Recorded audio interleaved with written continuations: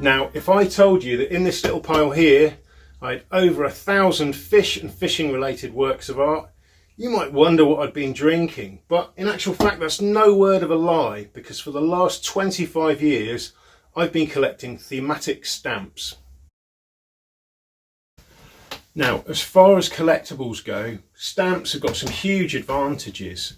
First of all, the collection takes up very little space. Second, it's really cheap to get into, and actually some of the sets I'm going to show you start at only £2 or £3 a time. But best of all, what I love is that this hobby takes us on a fish and fishing tour of the whole world. So before we get going, I just wanted to show you very quickly how easy this hobby is to get into. So what you need, only really three things. You'll need a stock book or two to keep your collection safe. Go second hand, and you can pick these up for £4 or £5 a time. A pair of tweezers is a good idea, because if stamps are old or valuable, you really don't want to be putting your grubby mitts all over them. And last but not least, I've got a little magnifier here. Part of that's to check condition, but also just because it's great fun having a closer look at what are really quite amazing miniature works of art. So the stamps you collect can cost anything from a few pence to a few pounds each, but where better to start than with some readily available and really good value sets. I mean, you could do a lot worse than this set of lovely early 80s British river fishes. This set of stamps would typically cost you £2 to £4, and an interesting bit of trivia is that the artist is actually Alex Jardine, who is the father of the well-known angler and artist Charles Jardine. And rumour has it that actually one or two of these fish were kept in the family bath for a short term, so the artist could get a closer look at them. Now, some other really beautiful and excellent value stamps include those from Central and Eastern Europe. But one tip for you, do always just check listings and compare to make sure you've got a full set, because sometimes you will get one or two missing, so do try and get full sets where you can. Now, I'm especially fond of this set of 8 Polish stamps. I feel duty bound in a way because my wife is actually Polish and my father-in-law is a philatelist, but they're a really pretty set of stamps that only set you back £4 to £6. And what I especially like about them is they're full of little angling details. There's even flies and a baited hook and all sorts in there. Of course, not all fish art is about carbon copy realism, and you also get lots of stylised, almost cartoonish designs. And on that note, I really love this set of 4 French stamps from 1990, especially the pike there twisting into the attack. And for this lot, you're probably only looking at £3 or £4, another really good value set. But of course, if you do like realism in your fish art, you really cannot beat David Miller. And this set from 2014 is absolutely gorgeous. Just look at the details on these fish. Here's another set of bold and beautiful stamps. Not incredibly rare. These are from Mongolia and probably worth £6 or £7 or so. And I love the way these stamps are big and meaty, almost twice the size of many others in my collection, which gives the artist a large, imposing frame to work with.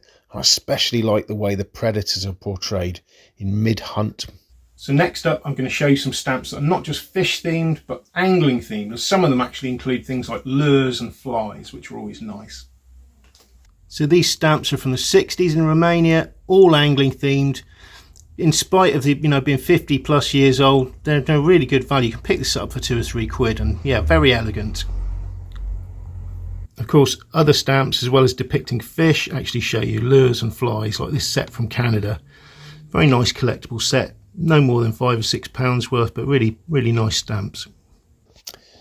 Next up, we have 2 sets of Australian stamps, and what's great with these, if you've not only got the details of the actual fish, but various settings and methods, from fly fishing to beach casting and big game angling. And of course, one of the other brilliant things about stamps is that they're not just familiar things, they take you into other people's cultures as well, and you've got some really oddball methods of fishing with this set from Tokelau. I don't know if you fancy a go at octopus lures or noose fishing. Probably wouldn't recommend it on your local canal, but quite a fascinating little set of stamps. Another thing worth looking out for are stamps that commemorate fishing competitions or international events, and there are quite a few you'll find of these. They tend to be individual stamps rather than sets, but always worth picking up. And a special prize goes to Hungary for producing the campest image of angling I think I've ever seen in my life.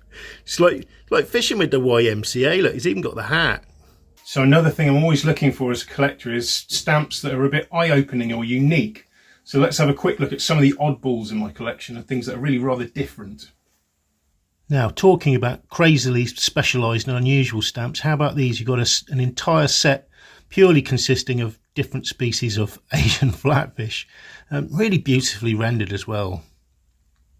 Another thing you don't see every day, and that's a set of stamps purely devoted to different species of nagarfish family, or needlefish. And yeah, these are really fascinating and a bit of a personal connection for me. I've always loved the garfish you find in our waters, but I've also got happy and frustrating memories of fishing in Costa Rica and these huge garfish called houndfish. And talking of bizarre, here's a fantastic set of fish from the west side of Africa, and another place I've actually been called the Gambia. And yeah, fantastically weird fish.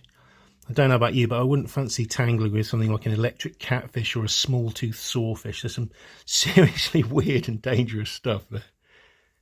Now, of course, not all stamps are of even value, so I'm going to finish by showing you some of the more precious bits of my collection and the bits that are special to me. But quick tip here is to check your guidebooks and check listings as to the value. Some stamps are worth more when they're franked or being actually stamped.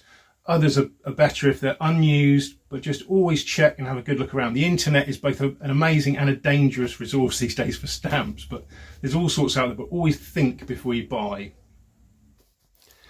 Now, in terms of truly iconic fish stamps, these are right near the top of the tree. From about 1960 in China, these are really highly sought after, and part of what built up their reputation was them being featured in National Geographic magazine.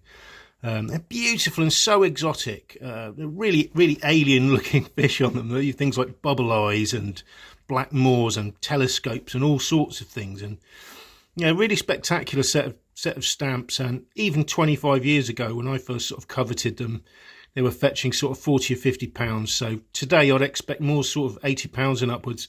And if you've got them unfranked, so not stamped at all, you could be talking a lot more than that, well into the hundreds. So if you do find a set of these, hang on to them very carefully.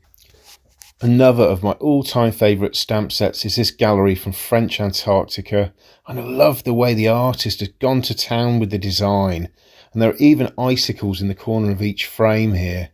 The fish are proper oddballs as well, with some truly striking and unusual creatures that look almost radioactive. And these are not horribly expensive, but you'd expect to pay at least £40 or so. Another good rule for collecting any higher value stamps is to look for sets that have a lot of individual stamps that make them up. So this one, for example, you know, a good range of different stamps. And of course, these are practical things. So sometimes the higher value stamps do go missing and get used. So if you can find a full set that is more than, say, a dozen stamps, it's likely to be quite a decent value. This lot, for example, probably at least 15 to 20 pounds. Of course, it's not always groups of stamps that have the highest value. Sometimes individual stamps can also be worth something. These are not horrendously high value, but when you've got countries with a small population and high value currency like Greenland, stamps are obviously going to be worth a bit more. So a few pounds rather than a few pence each. I especially like this one depicting Greenland sharks, fascinating creatures that can live for hundreds of years. Well, I hope you've enjoyed this very brief tour of some of my collection. Do hit like and subscribe to see more of the videos. Any questions and comments, very welcome. Just tap them into the box below, and many thanks for watching.